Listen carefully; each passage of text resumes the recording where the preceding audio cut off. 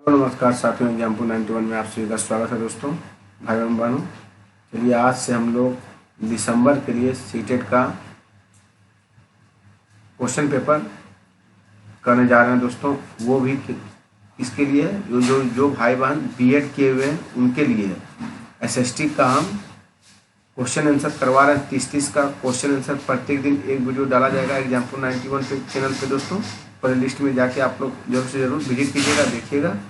और दोस्तों एसएसटी का ही वीडियो रहेगा। और ये जो जिन सर का नोट्स का हम वीडियो करवा रहे हैं दोस्तों, सचिन सर के नोट्स का ये वीडियो है दोस्तों। आप लोग इस वीडियो को जरूर से जरूर देखिएगा और वीडियो को शेयर कीजिएगा। वीडियो इस तरह का वीडियो पाना चाहते हैं तो, और चैनल को सब्सक्राइब भी कीजिएगा दोस्तों। और जिनको पीडीएफ चाहिए दोस्तों वो कमेंट में पीडीएफ लिखिएगा, हम पीडीएफ आपको डाल देंगे दोस्तों कमेंट बॉक्स में। टेलीग्राम पे चैनल पे हम पीडीएफ डाल देंगे, आप लोग कमेंट कीजिएगा तो हम पीडीएफ आपको जरूर से जरूर उपलब्ध करवाएंगे साथियों। चलिए हम आज से सामाजिक अध्ययन बीएड पेपर 2 6 to 8 के लिए करवाने जा रहे हैं दोस्तों। आज प्रत्येक दिन एक सेट एसएसटी का दिया जाएगा दोस्तों, उसके बाद सीडीपी का, फिर हिंदी का, धीरे धीरे करके धीरे सब उपलब्ध करवाया जाएगा दोस्तों। क्योंकि अक्टूबर अब स्टार्ट होने वाला है, दिसंबर में फिर से होगा पेपर। और जो भाई बहन पास नहीं किए होंगे उनको जरूर से जरूर वीडियो शेयर कर दीजिएगा।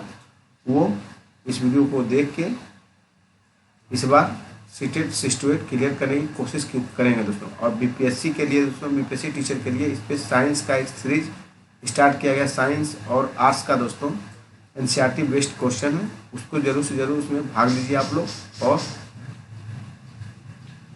आनंद लीजिए और एग्जाम को क्वालिफाई कीजिए दोस्तों। चलिए हम वीडियो को आगे स्टार्ट करते हैं दोस्तों। धन्यवाद।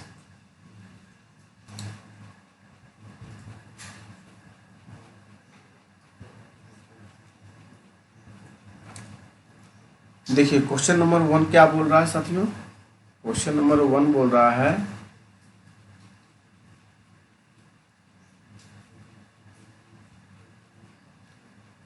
मध्यकाल में दिल्ली के शासकों के संदर्भ में निम्नलिखित का मिलान कीजिए और उपयुक्त विकल्प का चुनाव करना है दोस्तों। चलिए हम लोग चुनाव करते हैं, क्या दिया गया देखते हैं। दिया गया तोमर वंश, और इधर दिया गया वंश का शासक दिया गया, इधर दोस्तों शासक, इधर दिया गया आपका शासन काल दोस्तों। शासन काल दिया गया, कितना कितना वर्ष तक शासन किया गया। इधर शासक है, इधर शासन काल है। तोमर वंश का जो शासन था दोस्तों वो था आरंभिक 12वीं शताब्दी से 1165 तक था दोस्तों। कितना था? आरंभिक 12वीं शताब्दी से 1165 दोस्तों। अनंग पाल का था दोस्तों आपका शासनकाल, इनका था 1130 से 1145 दोस्तों। याद करने की कोशिश कीजिएगा दोस्तों, VVI क्वेश्चन सब प्रीवियस ईयर पूछा गया है दोस्तों, सचिन सर के नोट्स का है। अनंग पाल का शासन कितना? 1130 से 1145 दोस्तों। फिर देखिए चौहान वंश का जो शासन है दोस्तों, उनका शासनकाल है 1165 से 1192। चौहान वंश का शासन काल है दोस्तों। लेकिन पृथ्वीराज चौहान का शासनकाल 1175 से 1192। पृथ्वीराज चौहान का ये शासनकाल है दोस्तों। ये चौहान वंश पूरे का है दोस्तों। चलिए हम लोग आगे क्वेश्चन नंबर 2 की ओर पूछ करते हैं। प्राचीन तमिलनाडु में डैश की बस्तियों को उड़ कहते हैं। उड़ किस बस्ती को कहते थे? तो खेतिहर और किसानों को उड़ कहा जाता था। क्या कहा जाता था? खेतिहर और किसानों को उड़ कहा जाता था प्राचीन तमिलनाडु में दोस्तों। चलिए हम लोग नेक्स्ट क्वेश्चन 3 नंबर की ओर बढ़ते हैं साथियों। ये देखते हैं नीचे क्या दिया गया। मुगल साम्राज्य के पतन के संदर्भ में निम्नलिखित कथन का मिलान कीजिए। चलिए देखते हैं हम लोग। फर्रुखसियर देखिए दोस्तों, फर्रुखसियर जो है वो 1713 से 1719 तक शासन किए थे दोस्तों। 1713 से 1719। शाह आलम द्वितीय दोस्तों 1759 से 1816 तक शासन किए थे। शाह आलम द्वितीय दोस्तों कब तक किए थे? 1759 से 1816। और अहमद शाह दोस्तों ये किए थे शासन 1748 से 1754 दोस्तों।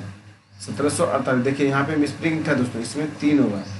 1748 1754 कौन किए थे? अहमद शाह दोस्तों। और आलमगीर द्वितीय दोस्तों इनका शासनकाल था 1754 से लेके 1759 था दोस्तों। इसलिए ऑप्शन नंबर 3 होगा दोस्तों। चलिए हम लोग नेक्स्ट क्वेश्चन की ओर बढ़ते हैं। क्वेश्चन नंबर 4 की ओर देखते हैं साथियों। उत्तराधिकारी की महदयायाद प्रथा का अर्थ क्या होता है? महदयायाद प्रथा का अर्थ होता है कि सभी पुत्रों के बीच विरासत का विभाजन करना। क्या होता है? उत्तराधिकारी की मदया का अर्थ क्या होता है? सभी पुत्रों के बीच विरासत का विभाजन करना बराबर से दोस्तों। चलिए हम लोग क्वेश्चन नंबर 5 की ओर चलते हैं। मराठी में लिखे मराठी में लिखे भक्ति गीतों को किस नाम से जाना जाता है दोस्तों? चलिए देखते हैं हम लोग। स्वतंत्रोत्तम के नाम से नहीं जाना जाता है, भजनम के भी नाम से नहीं जाना जाता, प्रबंधन के भी नाम से नहीं जानता, अभंग के नाम से जाना जाता है दोस्तों। किस नाम से? अभंग के नाम से। चलिए हम लोग आगे चलते हैं। मौजूदा महाराष्ट्र में रहे संतों के बारे में निम्नलिखित कथनों को पढ़िए और उपयुक्त विकल्प का चुनाव करें। 13वीं से 17वीं शताब्दी में हुए कवि संतों ने सभी प्रकार के कर्म कांडों और जन्म आधारित अंतरों का विरोध किया। सही बात है दोस्तों। और इन कवि संतों ने रोजी रोटी कमाने और विनम्रता पूर्वक जरूरतमंद साथी व्यक्तियों की सेवा करते हुए जीवन बिताने को अधिक पसंद किया दोस्तों। दोनों सही है, ए और आर दोनों सही है दोस्तों। चलिए हम लोग नेक्स्ट क्वेश्चन की ओर बढ़ते हैं। क्वेश्चन नंबर 7 देखिए क्या बोला गया। 7 नंबर पढ़िए। निम्नलिखित में से कौन सा शब्द मध्य प्रदेश में घुमंतू खेती के लिए इस्तेमाल होता है दोस्तों? तो बेवर होता है। कौन होता है घुमंतू खेती के लिए? बेवर दोस्तों, बेवर। चलिए हम लोग क्वेश्चन नंबर 8 की ओर चलते हैं। देखिए 19वीं सदी के आरंभ में सामाजिक परिवर्तन के संदर्भ में ए और बी को पढ़ें और सही उत्तर का विकल्प का चुनाव करें।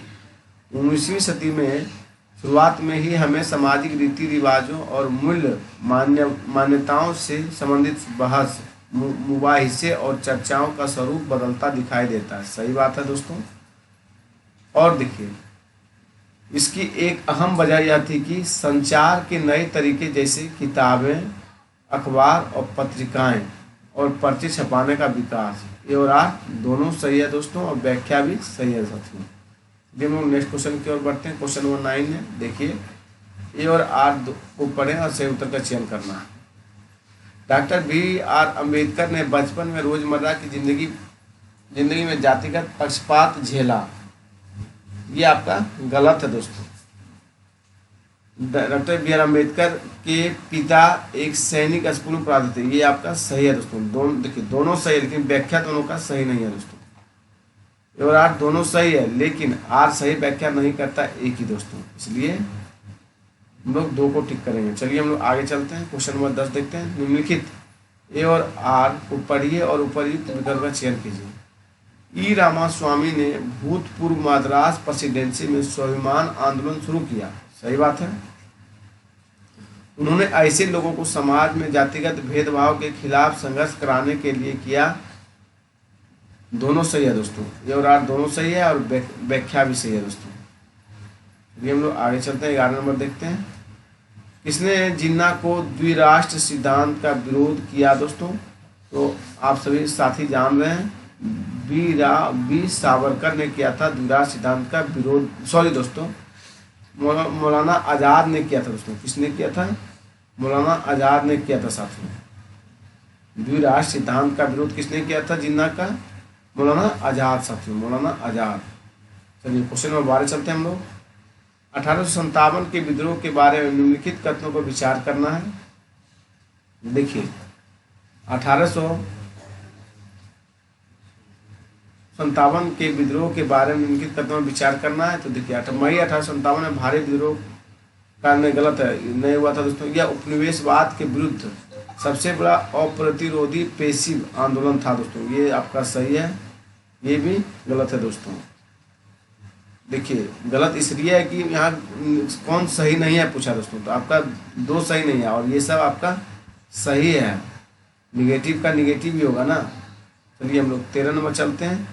ये और बी कथनों पर सहायक संधि के संदर्भ में विचार कीजिए और सही विकल्प का चयन करना है दोस्तों। सहायक संधि के बारे में देखिए, भारतीय शासकों को अपनी स्वतंत्र सशस्त्र सेना रखने की अनुमति थी। गलत है दोस्तों, नहीं थी। भारतीय शासकों को ईस्ट इंडिया कंपनी को भुगतान करना पड़ता था। ये आपका बात सही है दोस्तों। ये गलत है, लेकिन बी सही है दोस्तों। चलिए हम लोग आगे बढ़ते हैं क्वेश्चन नंबर 14 की ओर। निम्न युगों पर विचार करना है। ठीक है, तो अपने अक्ष पर घूर्णन के समय और ग्रह है दोस्तों। तो देखिए यूरेनस आपका दिया गया 17 घंटे 14 मिनट, गलत है दोस्तों। नेपच्यून 16 घंटे 7 मिनट, ये आपका सही है। शनि भी, ये भी गलत है दोस्तों, ये भी गलत है आपका। सिर्फ आपका नेपच्यून सही है दोस्तों। सही सुमेलित पूछा गया है, इसलिए केवल 2 होगा दोस्तों। चलिए हम लोग आगे बढ़ते हैं क्वेश्चन नंबर 15 की ओर। अंतर्राष्ट्रीय तिथि रेखा के बारे में निम्नलिखित में कौन सा कथन सही है?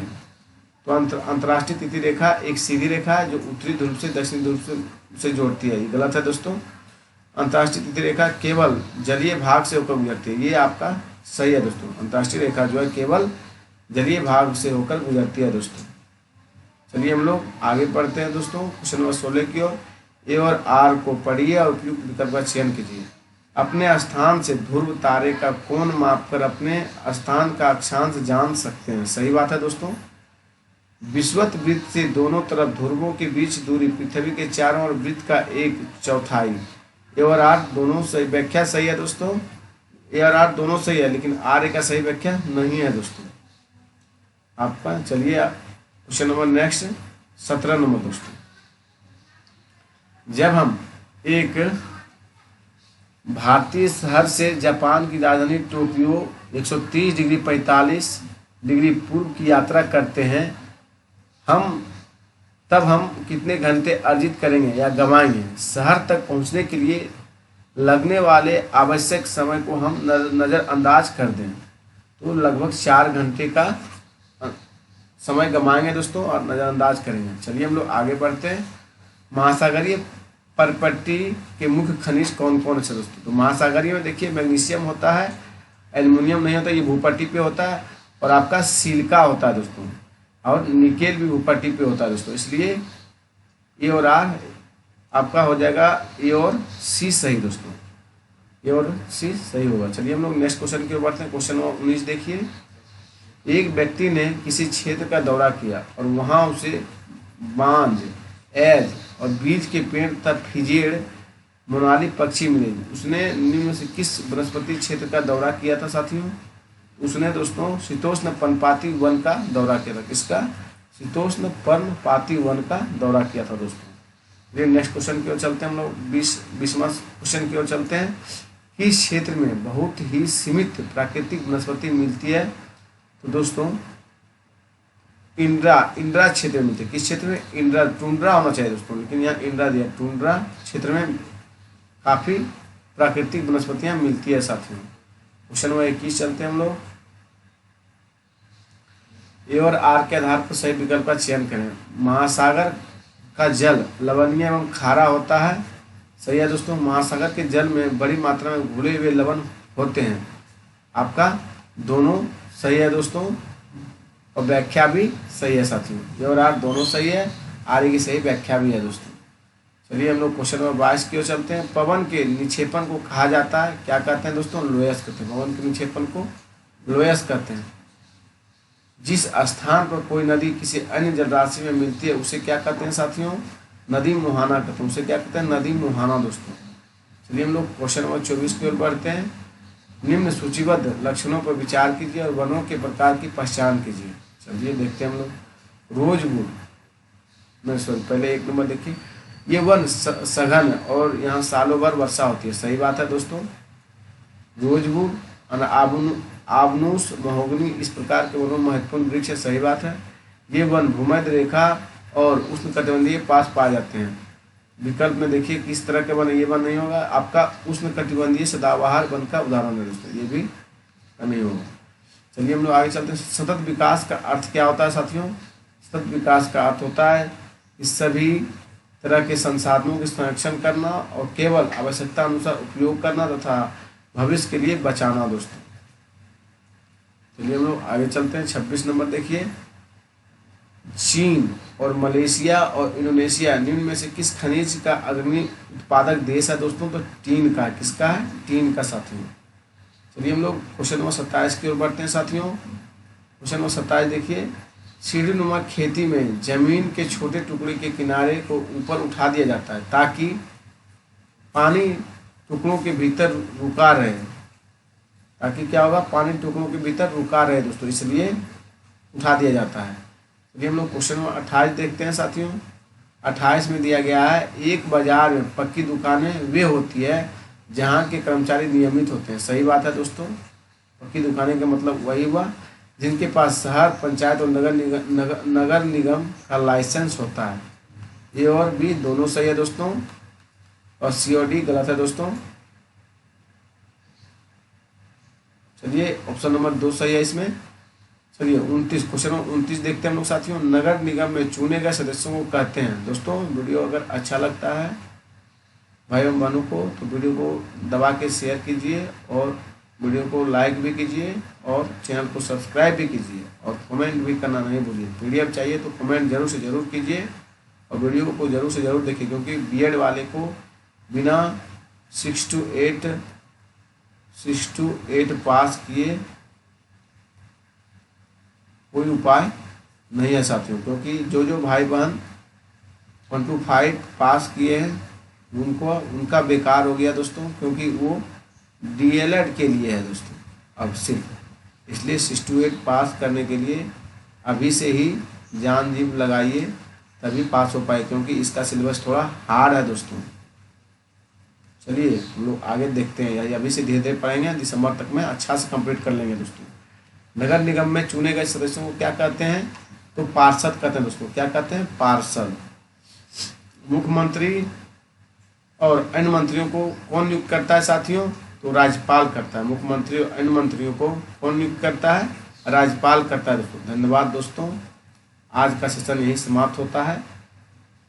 आप लोग जिस तरह रिस्पॉन्स दीजिएगा उस तरह हम आगे दिन वीडियो फिर इसका कंटिन्यू रखेंगे दोस्तों। 30 क्वेश्चन का कंटिन्यू वीडियो 10 से 15 मिनट के टाइम में आएगा दोस्तों। आप लोग जिस तरह रिस्पॉन्स दीजिएगा उस तरह हम आगे काम इस पर करेंगे दोस्तों। धन्यवाद।